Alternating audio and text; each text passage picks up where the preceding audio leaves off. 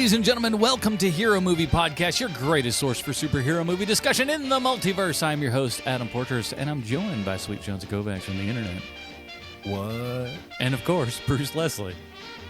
I'm a prickly pear, and nunchucks and a mullet ain't nothing wrong with that. No, there is not. I think that's the official dress of Kentucky, if I'm not mistaken, right? Oh, it goes beyond just there. We don't discriminate around here with the mullets. No, sorry, Bob.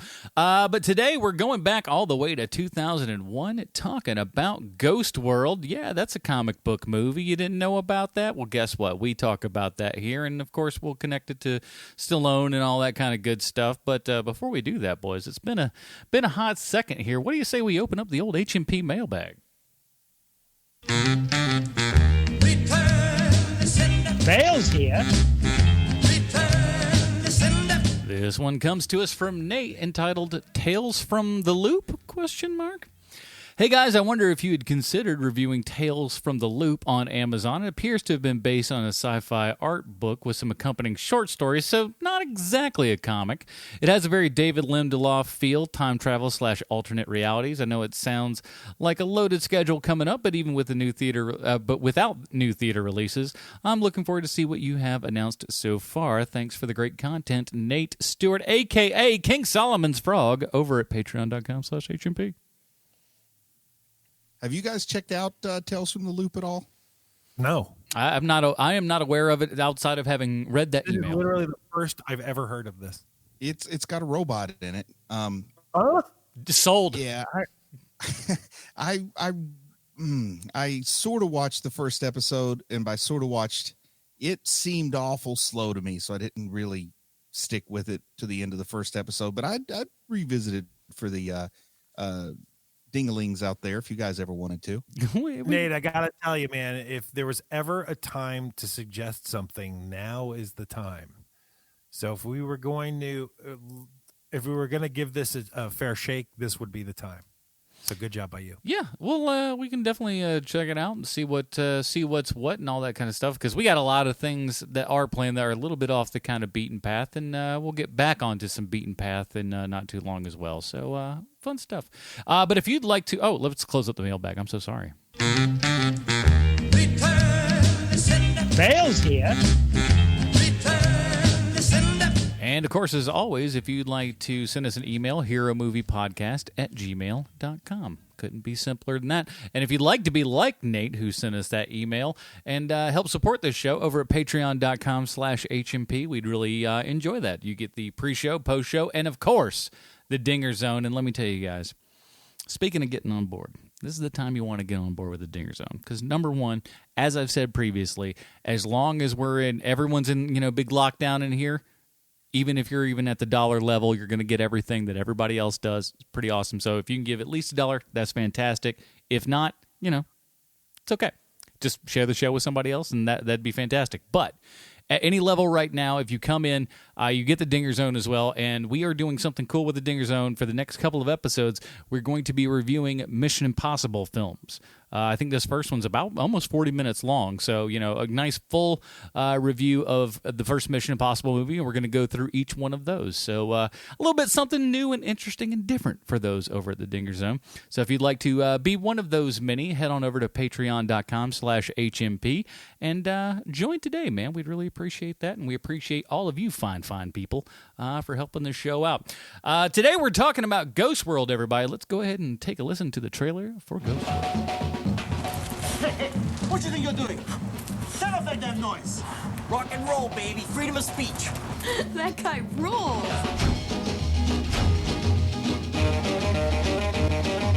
They can't believe we made it. We graduated high school. How totally amazing. I can't help but feel I had some small part in how you turned out.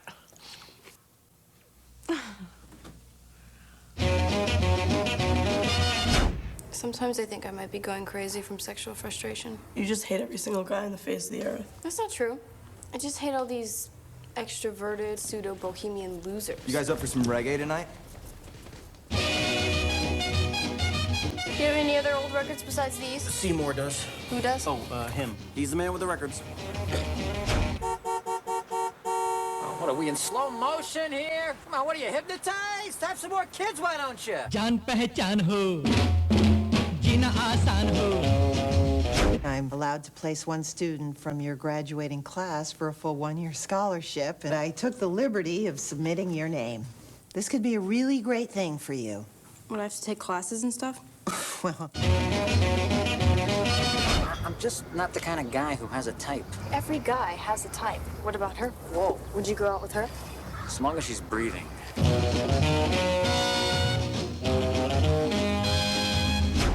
Hey! Hey! You! How many times I tell you? No chef, no service. Get the hell out of my store. What do you think this is, Club Med? It's America, dude. Learn the rules. Loosen up. Feel the music.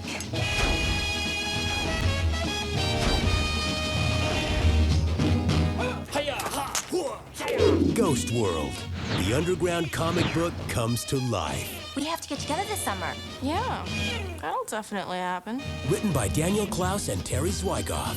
Directed by Terry Zwigoff. Do you serve beer or any alcohol? After about 5 minutes of this movie, you're gonna wish you had 10 beers. Alrighty, everybody, that was the trailer from Ghost World from 2001, directed by Terry Zwigoff, starring Steve Buscemi, Thora Birch, Scarlett Johansson, Brad Renfro, that's tough for me to say, Ileana Douglas, and more. As I said previously, this is a comic book movie. You know what time it is. It's time for Bruce's Comic Book Connection. Bruce, there's comic books out there where people ain't superheroes. Say it ain't so. It's true, man. Ghost World originated as a comic that was made from 1993 to 1997, and I think that time period shows pretty clearly here in the movie. It appeared in a comic anthology called 8-Ball that was written and drawn by Daniel Klaus. It was published by Fantagraphics, and yes, that is the same Fantagraphics that published Donald Duck comics for the longest time. And Daniel Klaus has also had comics that appeared in The New Yorker, The Village Voice, and Vogue, as well as being the creator of another comic adapted to film, Art School Confidential. Also, if you're interested, in 2013, Shia LaBeouf made a short film called HowardCantor.com, which was entirely plagiarized from Justin M. DeMaiano, a comic Klaus contributed to a 2008 charity anthology. Now, in regards to plagiarism, I once said, if you must write prose or poems, the words you use should be your own. Don't plagiarize or take on loan. There's always someone somewhere with a big nose who knows you'll trip up and laugh when you fall. And when did I say that, you may ask? Just now, when I totally stole credit for something Morrissey once said. Now, after facing appropriate criticism for his actions, LaBeouf responded with a tweet claiming he planned to plagiarize further of Klaus' work, but that tweet magically disappeared when legal representatives of Klaus sent a cease and desist letter. Now, back to 1993, 1994, Klaus created artwork for Coca-Cola's Generation X inspired beverage, OK Soda, which was test marketed in select American cities in 1994 and 95 and then discontinued. And I'd say nothing describes the life experience of Generation X better than OK. We had no significant fears, no insecurities while coming of age, but we interpreted that as being deprived of legitimate things to complain about. So we invented stuff to be pissed off about, like how some people are total phonies. But anyway, back to Klaus. I don't know how you say his name, but his career's still going strong. His comic Wilson was adapted into a film starring Woody Harrelson in 2017, and he did key art for season 4 of Silicon Valley. Much of his big-time success, though, did start with Ghost World, a comic that takes place in this intentionally unnamed suburban town because the suburbs were considered the death of interesting people in the 90s. And thanks to the totally not problematic phenomenon of gentrification, people who want to appear interesting can escape the suburbs without giving up everything that sucks about the suburbs. See, I keep it real, guys. I left that prefab community in Wesley Chapel to live in the bowels of H-Town, West Virginia. So I have some things in common with Enid Coleslaw. She's the main character here, along with Rebecca Doppelmayr. Sadly, I don't think we got to hear their last names in the movie because Coleslaw is a great last name. But they're two cynical teenage girls, which is to say that they're typical teenagers. They spend their days wandering aimlessly and insulting literally everything and everyone, except themselves, of course.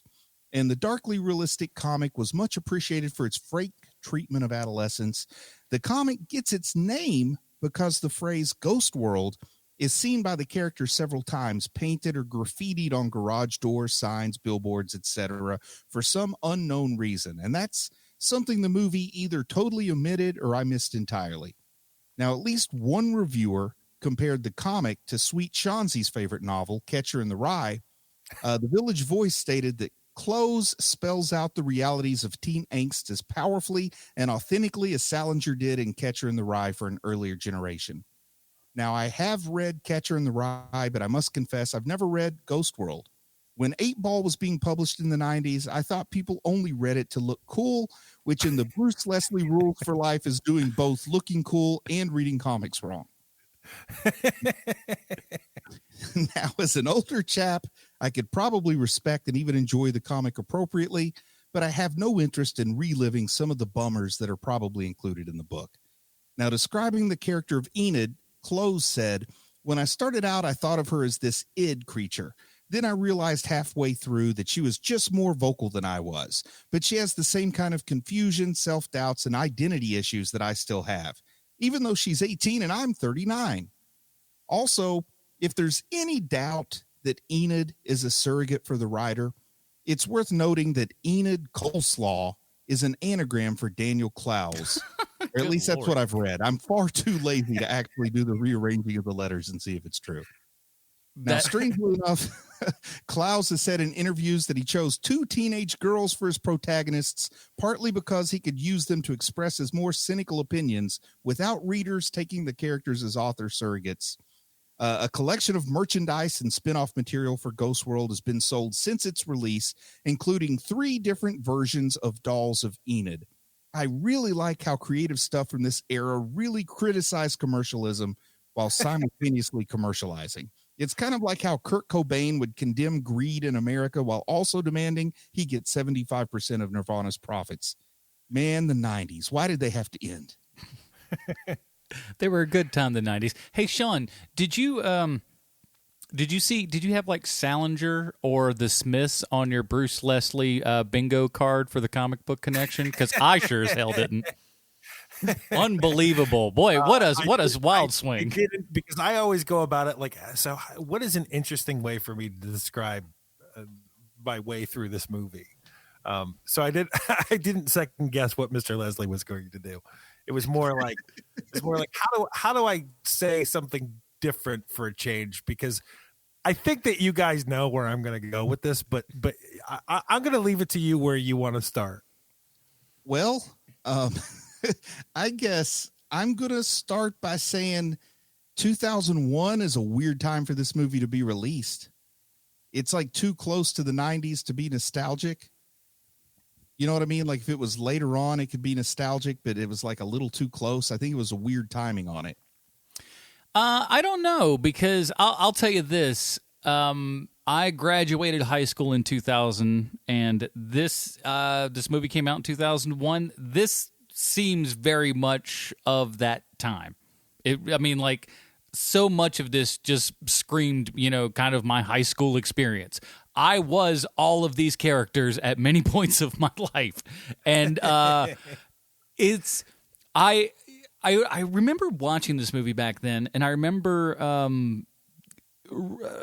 telling people about it and saying, hey, this is a good flick. You may not know what this is or whatever. You may never heard of it, but check it out. And because it was still, this a small United Artists film. This didn't make a ton of money. But it was like, check this out. You might enjoy this. And so much time has passed where I had not watched it again. And watching it this time, it was just like, wow, this was such an encapsulation of a lot of, I obviously wasn't a girl at this time, but neither was, Daniel Clovis. It was, but there's several readily identifiable things for me when watching this movie. And I got a lot of that this time. Now, my life changed so much from 1995 to 2001 that might be part of why it just seems like the whole time period changed. But this feels way more 1995 than Y2K to me. I mean, it's probably a little. I mean, as far as like some of the fashion stuff, you're probably right. It probably skews a little bit older than the actual time that it was at. But like a lot of this style and stuff was very much still there. So, Bruce, had you seen this movie before? Never. Nope. Because I saw it when it first released to home, and so I watched it like probably within the first month of it being released to home video, and I really liked it. I thought it was great. There's a bunch of things about this movie to recommend it. It's a really good encapsulation, as Adam says, where this is kind of what it felt like then. Because I can remember, even though I was older than the characters, I wasn't much older. Yeah. And so I remember being as angry as Enid is in this movie. And, watching it and at that time thinking like, oh wow, like, this is a pretty great slice of life movie, and just thinking that like because what and I'm trying to find all the good in it first, but one of the things that they really understood is kitsch at the time. Like there's a level that it doesn't exist anymore of I hate this thing so much I love it. Like that doesn't happen anymore. But it did then. I can remember buying T-shirts for TV shows I hated because it was so cool to do that then. Things are so much easier to get now. Well, like that as well. Like in 1995, if I'm walking around with a T-shirt that says "That's my mama" and has Clifton Davis on it, like that's a hard thing to come by. But now I could get on TeePublic and have it, like I'm sure 7 different versions to choose from. Yeah, would you like a tank top version of this, or would you like a tote bag? There's another one for your bingo card, Adam. That's my mama got mentioned. Bing. And so, and that part, I had completely forgotten about that aspect of American life until watching it again, this week. That part is correct and feels correct. And there's also another aspect to this movie that they do very well, which is I am bored. Like I have a lot of time on my hands, which these characters all have. They have very small moments, and they have very small things that they're doing. There's no big there's no big rush for any of these characters to do anything, and that's one of the cool things that this movie gets right is when you are this bored, this is what you do. You go to 2 different diners in the same day because you have nothing else to do. Yeah, if Enid had a smartphone with a few apps on it, there's no way she's jumping in the sack with Steve Buscemi. Absolutely not. But that's one of the things that they get right. And there's a lot of aspects to this movie that harken back to the time. It's not an evergreen movie for sure, but it is a good encapsulation. I know a lot of people say that like Reality Bites is a great encapsulation. I don't think so. That movie does not speak to me as someone from the 90s, but this movie does. This movie feels like it's from the 90s, like you're thinking, Bruce. Yeah. This does not feel like it's from 2001. This feels like it was shot in 1995 in anywhere USA. And it's a rare thing that it's so faithful to the comic. I think. Well, I don't want to say so faithful. The story's fairly different, but the look and the feel is so faithful to the comic. Because how often do you see a period piece that's from 6 years ago? Right. But they actually had to do a lot of work to make this look more 90s, I think, than 2001. Oh, that's a good point. I never put that together. And the comics are from the mid 90s, and to me this looks very mid 90s, and it definitely feels mid 90s to me. And I think that's one of the things it does best is it really gets you to feel like you're like these characters are real people. I mean, believe me, this is a character film. If you're watching it for, any kind of intriguing plot, and I'm not saying that the plot. Scarlett Johansson does not scissor kick anybody. It doesn't happen. Yeah, there's no explosion. Rare jazz album. Nobody tries to do the stuff with baked goods in this movie. You're just watching it, and this is one of those slice of life kind of art house style movies with pretty big stars in it and high production value for something that, according to what I saw, was only shown on 128 screens. Yeah, it was not considered a big financial success. Well, I mean, having United Artists be the company behind this movie tells you it, especially in 2001, released widely. Yeah. There is the other aspect to this movie, which is of the time, which is that you have two actresses in this movie who are not yet a woman, but still not a girl anymore. Mm-hmm. And they play on that. They do that very well in this movie. There were a whole lot of movies like that during this time. And something that did surprise me too is Thora Birch. And this is an age where 3 years means something. But Thora Birch, 3 years older than Scarlett Johansson. Oh, I did not know that. Yeah. You wouldn't know it by looking at them. But they did something really interesting in this movie where in the beginning, Scarlett Johansson looks more like the high school kid, but by the end, she actually looks like visually they're giving us cues that she is growing up and maturing and moving on with her life while Thora Birch is stuck in neutral. Mm-hmm. Yes. Because by the end, they've got her hair like pulled up and she's wearing nicer clothes and she's got on makeup. But at the beginning, I'm like, oh my goodness, I can't believe that Scarlett Johansson. And she looks like all the kids in the 8th grade with my daughter. And then by the end, she actually started to look like Scarlett Johansson and like looks literally older, even though she didn't age that much while this movie was being made. I thought that was one of those nice little things that a talented filmmaker is going to do, those subtle clues that these two are growing apart because one is growing up and one is absolutely stuck. And the one who's not growing up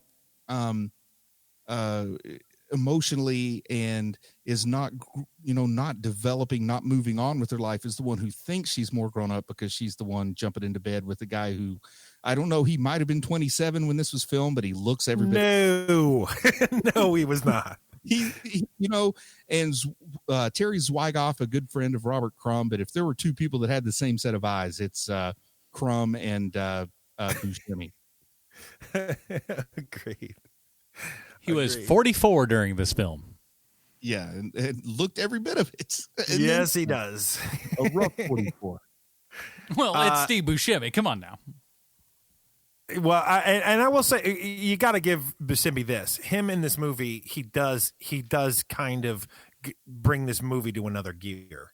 Because when you're first watching these girls just be mean to people, like it's kind of stalled.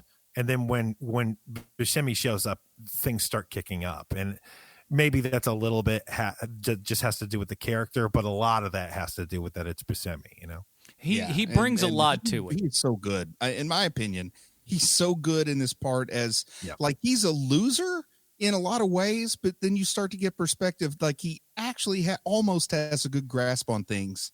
And then near the end, Enid kind of throws him a curveball. But once again, Enid's the teenager and he's the adult. He's totally to blame for falling for that. But he actually understands, like, you know what? This is weird for me to have this 18-year-old girl who's a friend of mine while I'm dating an adult woman because I myself am an adult. Yeah, I mean, there's a lot of things. But, I mean, at the same time, too, to me, that experience was more about her than it was really him. Because like she was like the whole plot for me at that point is her thinking this is what I want, this is what I need to fulfill whatever this hole is in me that that I'm just not getting, that it seems everyone else is getting but not me. And then as we see the next morning, she's gone. She realizes no, this was certainly not what I wanted. She's just somebody who's very, very lost, trying to figure out where she wants to be or where she thinks she needs to be. Yeah, but then at the end, she becomes what he's obsessed with. I mean, he they have their little fling, and then suddenly he's the one who's latching onto her out of his insecurities. I find it kind of interesting and sort of believable that for this guy, he's actually thinks that there's some kind of future here with this kid. Well, and to me though, that rings true for probably how that character would probably feel. is yes, that, he has. We're agreeing here. Okay. All right. So it is.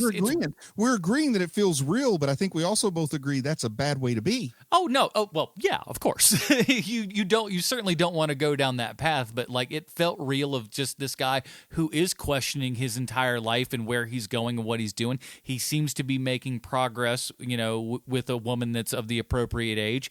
But it's not perfect or anything. And it does, and she brings up a point that, is kind of valid. It's like, hey, we're hanging out all the time. Don't you like me? Am I not good enough for you? And he even says himself, he's just like, why would that even be something that I would consider?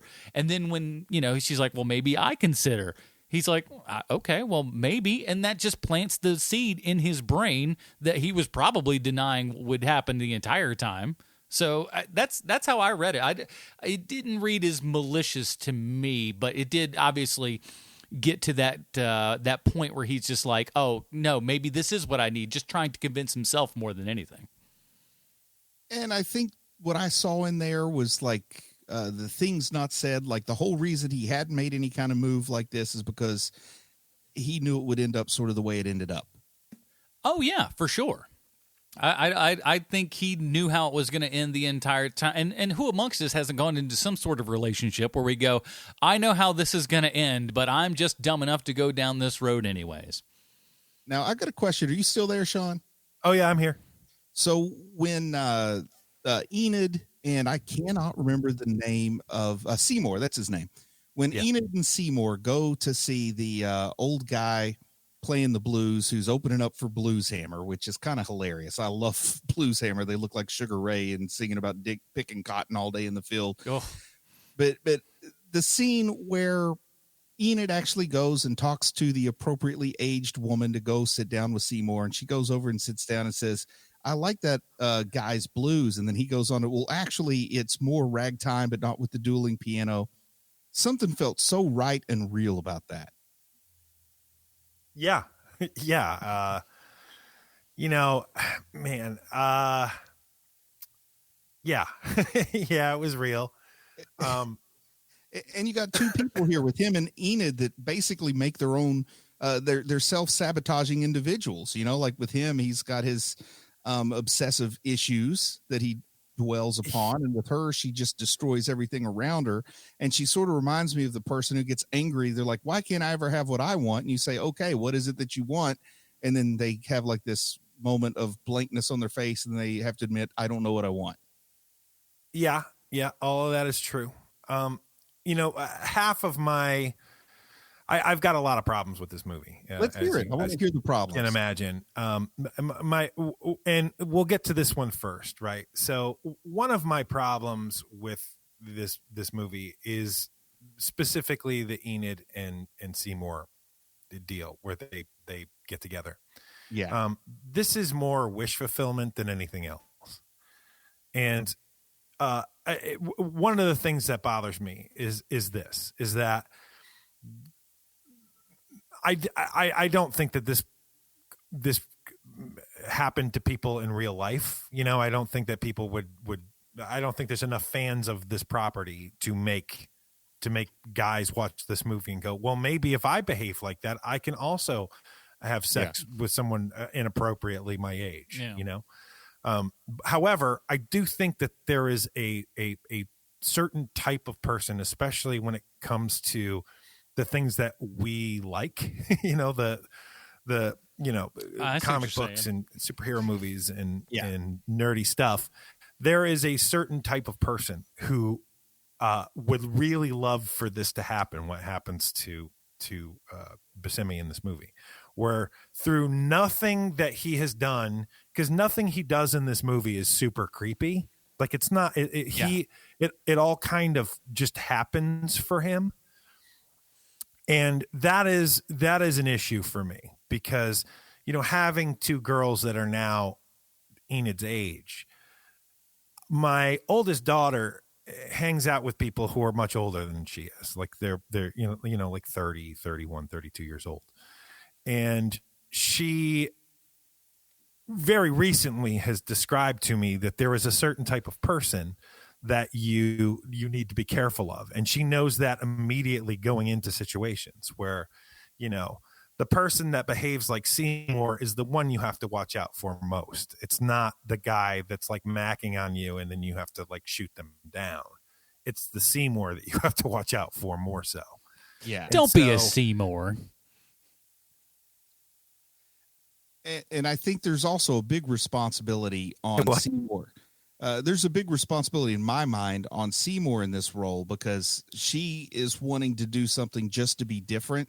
And it's up to him as the person who's lived a little bit of life to see that for what it is and to avoid that. I mean, if I were, well, I don't know if I were Seymour. I've got kids and a wife and everything, but I would like to think if I were Seymour, like, there's no time that I'm spending alone with this person. Well, okay. Please don't take. Also, you would never get yourself into that situation. I mean, that's fair to say. Whereas you see me sitting there drinking the milkshake when the date never shows up. Well, like, sure that, but but what I'm saying is that when you have like, you know, like when you have that 19-year-old girl say, "Hey, why don't we hang out?" Like, no, you're not saying yes to that. And I will say that there's no character of Seymour in the comics based on what I've seen. The closest character to Seymour is a comic book writer named David Close, very similar to the person who wrote this, Daniel Close. So when you say wish fulfillment, I think you're not far off the mark there. And he's 39 when he's writing this. Yeah. But yeah, I mean, I can tell you because like I taught high school when I was like 23, and like when you're a 23-year-old guy, you pretty much have all the things that like, you know, a high school girl wants. You can buy alcohol, you don't live with your parents, and you've got a car. How did I never know that you taught high school? I feel like I've said it many a time, but I could be wrong. Yeah, I knew that he taught high school. Yeah, so I taught high school for a year. And so when you're like 23, 24 and like an 18-year-old kid goes like, "Ooh, hey," like even then I just like there's not much of an age gap there, but even then I was like, "Nope, this is no way." But so you know even when there's a small gap and like this is something that you shouldn't do, you run the opposite direction, you know? I understand where the character wants to go, but no, I didn't want anyone to think I was giving an excuse for what he was doing, so I did want to make that clear. Boy, I've got to like just reevaluate how I don't pay enough attention to what you say, Adam, that I never knew this before. Almost a decade, everybody. Did you teach like physics or calculus? Broadcast journalism. Close. You see how the things start making sense now? No, that's like a really cool thing about you. I didn't know. I had not paid enough I've got a handful of like little things that are like, you did what now? And it's like, yeah, I don't even remember. I can't believe I did that. It's weird. It used to harvest organs in Guadalajara. Not yet. Here's one. My biggest criticism of this movie is it creates a mood, and I like that mood, but I don't like staying in that mood as long as this movie is. Like, I don't think that I feel like it runs out of plot before the end, personally. And it's not like I would say this needs to be cut or that needs to be cut.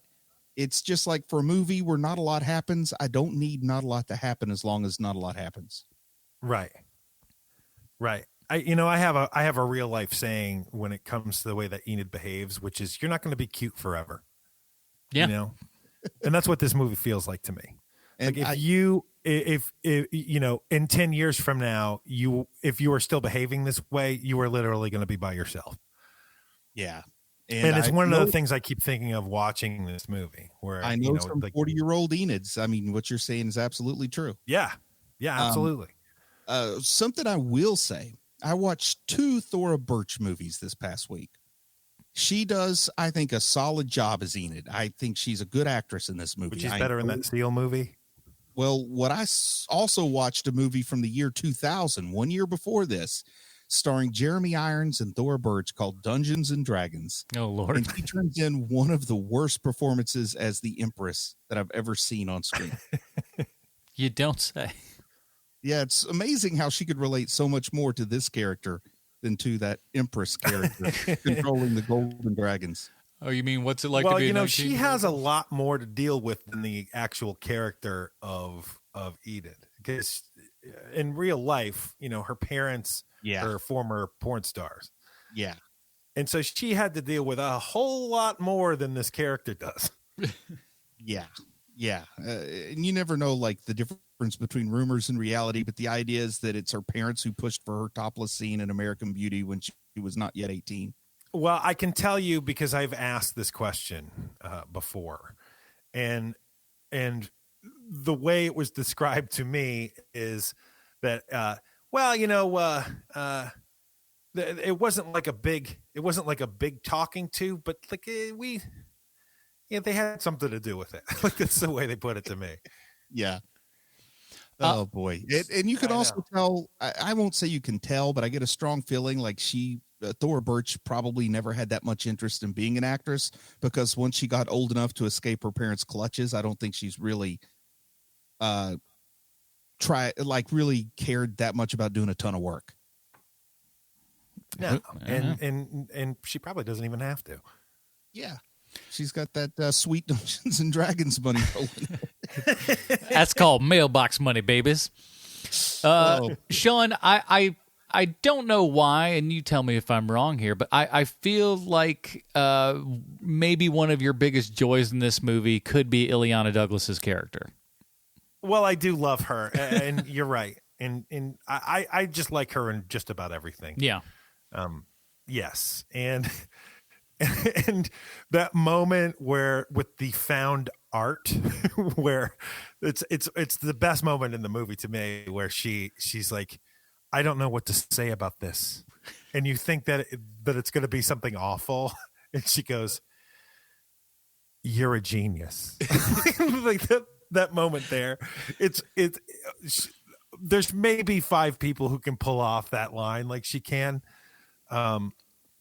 She just needs to work forever. She's just terrific. As a person who recently supported his wife wholeheartedly as she went through art school for 4 years, I absolutely see the truth in all of that Ileana Douglas character. It's so great. Just the pretentious artiness of it all. Like hearing the kids go through and be like, well, this is a manifestation of my, it's just like, that's why I absolutely love and hate art at the same time, because there's so many things that you can look at and there's moving stuff, and then there's also garbage, and the line between great and garbage can be just such a fine razor to walk. And it's different for everyone. I mean, that's the truth. Mm-hmm. And it is the truth. And then even though this is a summer school class for people who failed art and had to retake it, it's really made to look more like a freshman level, entry level college art class to me, because they're all halfway decent. Yeah, like you got the people who think I'm picking art because all I have to do is show up and draw a picture of a pony, and then you got the person putting a tampon in a teacup in the same class, and that's something that happens the first semester, but tends not to happen so much after that. I also like how the entire class is just like, hey, the art is whatever medium you want to bring in, baby. I don't care if it's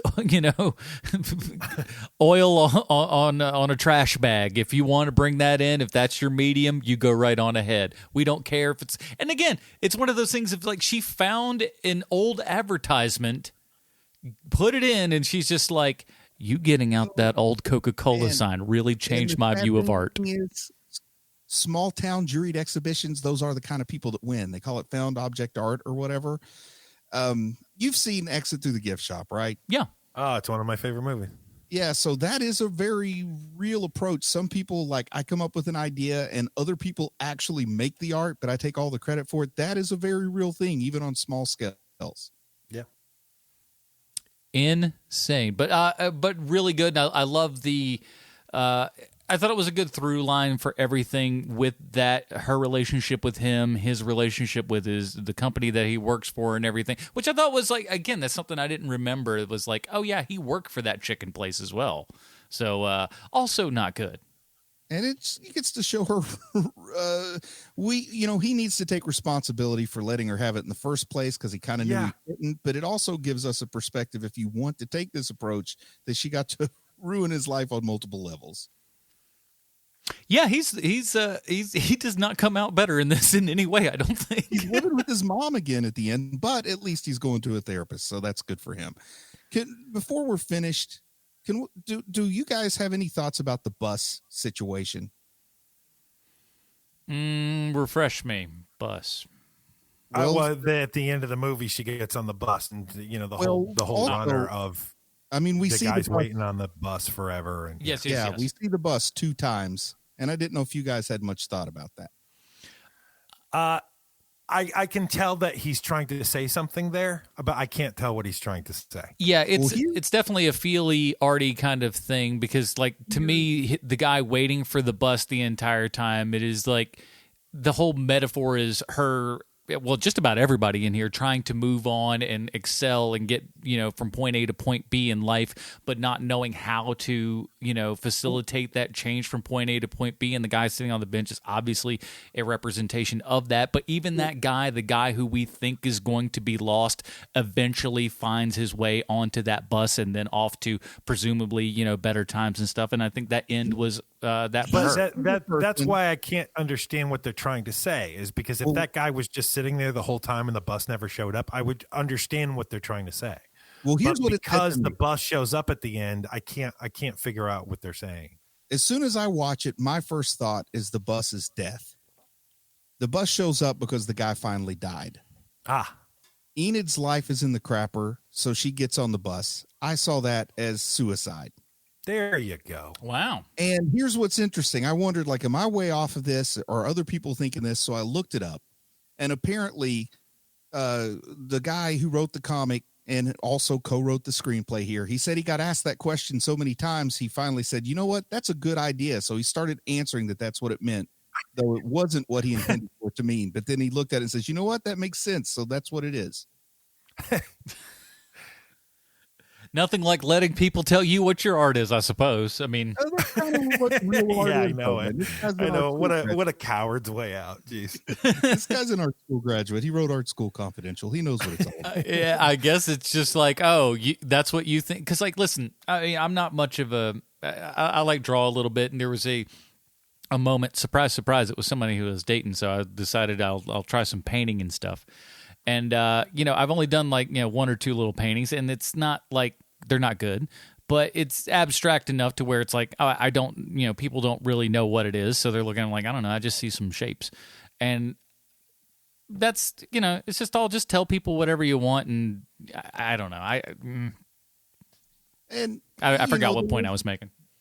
There is this whole theory that like what art means isn't what the artist intended for it to mean. Like once you put that art on paper or put those words in the book or put those images on the screen, you lose control of it, and it can mean something that is not at all what you wanted it to mean. Yeah, and at the same time too, like what that painting meant to me, even if I told you about it, you'd just be like, oh, okay, well that's kind of stupid, and that's fine.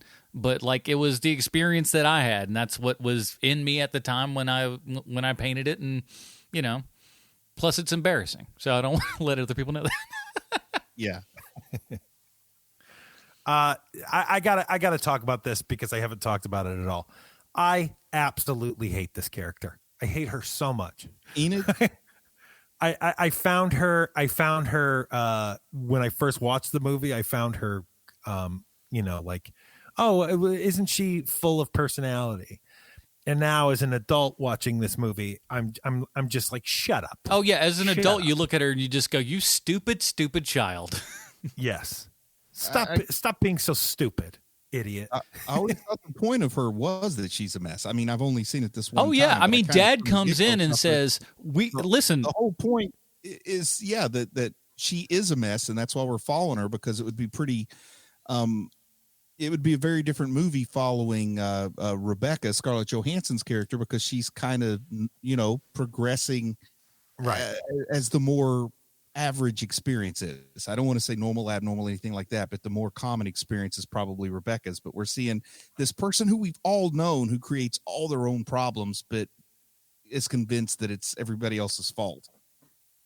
I mean, it's the reason why I hate The Breakfast Club. It's for the same reason. Shut up. You hate I hate The Breakfast Club too. Hate it. I love everything with Emilio Estevez. This guy and Emilio. Impossible. But no, yeah, I hate Breakfast Club the exact same reasons. Like all of these kids are sitting around. It's just like, for the most part, most of you've got stuff pretty good.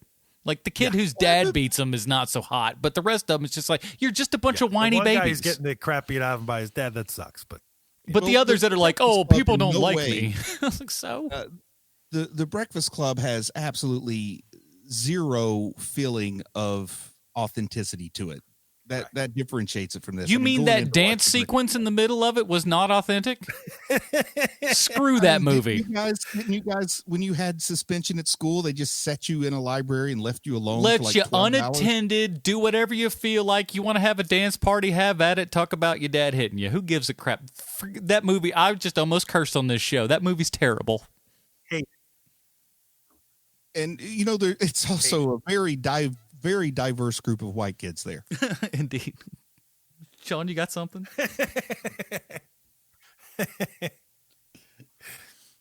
All right, let's head it down the road, everybody. Before we get to the end here, we do want to remind everybody, go to patreon.com/HMP. You can have, long episodes talking about Mission Impossible. I want to plug that again. It was just a heck of a lot of fun, and I can't wait to do those other movies.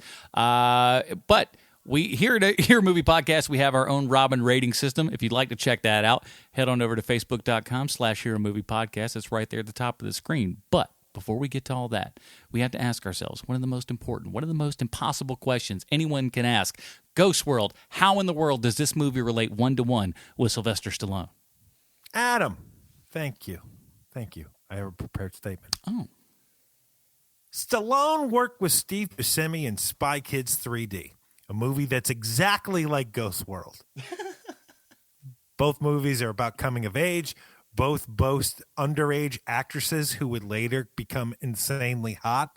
And both movies make me want to claw my eyes out. For different reasons, of course. Ghost World makes me want to claw my eyes out for the reasons I've already discussed. Whereas Spy Kids 3D is an eye-clawing hour and a half that I had to watch no less than 700 times. Because both my daughters loved the Spy Kids movies. All three of them.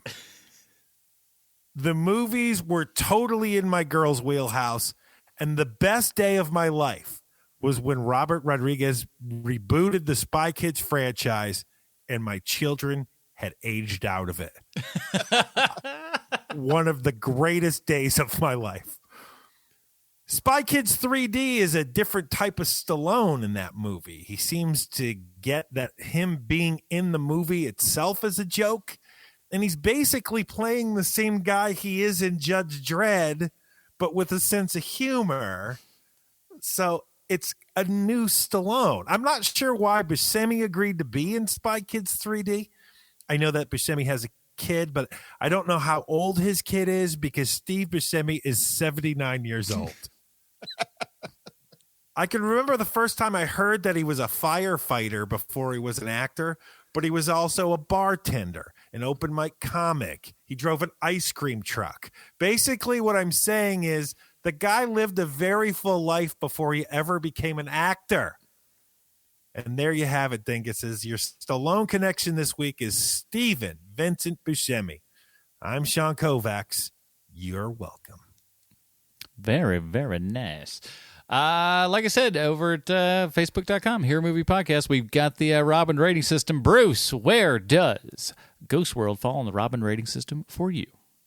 Well, in 2008, the year 2008, Rotten Tomatoes ranked Ghost World as the third greatest comic book movie of all time. But a lot has happened since 2008. It's a couple of things, yeah. It's like the ranking the best talkie of all time in 1921, But for me personally, I'm going to say I think this is one of the okayest movies I've ever seen. I want to stick with that 90s philosophy here. One of the okayest things I've ever seen. Never terrible, never great. Not my kind of movie a lot. Not my kind of comic a lot. I mean, I've read Harvey Pekar because I wanted to, but not necessarily because I always enjoyed it. But that was like enough of my neo-realism kind of stuff. But still okayest, one of the most okayest. So that makes it a Damian Wayne smack dab in the middle without with too much disinterest to say anything other than okay. Oh, very good. Sean, what do you got? Oh, I hate this movie. And I'm surprised because I really thought I was going to like it. This is a Stephanie Brown for me. And I can't think of a movie where for 2 hours just hating a person more than I have hated the main character in this movie. It's been a long time, I can say that. This movie is a Stephanie Brown. No, thank you, I says. No, thank you. Here's the thing. I absolutely understand where you're both coming from, and frankly, I don't think you're wrong. However, for me, I gotta go Tim Drake on this one. This was watching this back felt like just kind of checking back on late 90s, early 2000s Adam and what was kind of going on there. And again, it was interesting seeing it now because I see different times of my life in all of these characters in one way, shape, or form. From being disaffected to trying to get it together to feeling like a weird outsider. Like I've run that whole gamut and stuff. So it kind of felt like going through the old memory box here in a weird way. Not overly fantastic, but because I probably, if you would have asked me previous to this, I probably would have guessed this going all the way up. But Tim Drake is where I'm at right now. So good enough. We did it, everybody. That's yet another one here in the old HMP books. But guess what? We got more coming up next week. That's right. You remember the Patreon thing I've been pushing? Well, guess what? You get a little bit more instead of just the pre-show, post-show Dinger Zone. You also get to vote every single month on a movie that we will watch. And we've got a couple movies for you to pick from here. Here they are. Green Hornet, the Errol Flynn Robin Hood, Richie Rich, that's right. You got a little Macaulay Culkin, a little Mac action back in your life. I know you wanted that. The Kitchen, or the perennial all-star, The Spirit, starring Sam J. Jones. So all those will be available for you to vote on over at patreon.com/HMP. Like I said, I can't believe we have not done Green Hornet, but if you guys are saying we've never we done did the TV show. Green Hornet, we did the Green Hornet TV show from the 60s. Yeah. That's right. But we didn't do the Seth Rogen Green Hornet. So, couple of options. Will that be next week? We shall see yet again. And in the meantime, Bruce, where can we find more of your work on the web? If people just can't get enough Thora Birch, they can go over to Chubby Wizard, where I've got a bonus episode where my teenage daughter and I review the 2000 classic film Dungeons and Dragons, starring one Jeremy Irons. Jeremy Irons and Marlon Wayans in the same movie. Yeah. Actually, they are not. They're on the same screen, but you could argue they're in very different movies.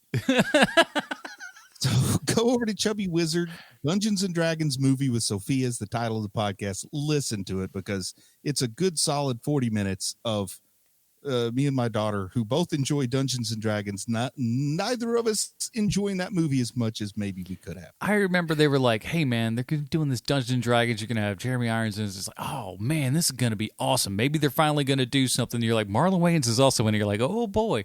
And then you saw the trailer. It was just like, all right, no need to waste my money or time on that one.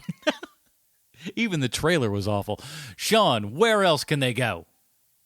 Before I bring that up, I got to say, Marlon Wayans is actually a really talented actor. He's very, very good. He's amazing. He has the worst people in the world. He can do basically anything, but for some reason, he just has the worst.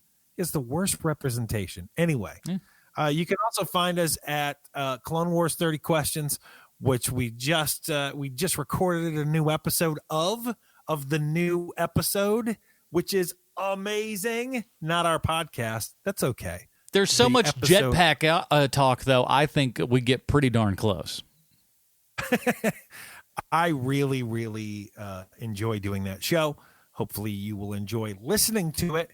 It is Star Wars, Clone Wars, 30 Questions. And again, if you don't even watch the show, we got a lot of people that just listen to the show because not only is it about the show, it's about other things as well. And, we have enough fun with it that even if you're not watching the show, it's mostly about Star Wars. I mean, you don't have to watch the episode. It's just three dorks talking about Star Wars. Do you ever think about this Star Wars bit? Well, what about this Star Wars bit? It's a lot of that. And it's fun. It's fun and it's funny. And the three handsomest people to ever host a podcast called Clone Wars 30 Questions. I promise you, it's the only one that's out there.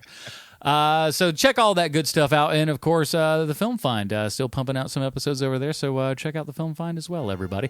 That is it. Join us next week for our special Patreon episode. Until then, for Sweet Jonesy, Bruce, Leslie, I'm Adam Portrais. Stay super, everybody.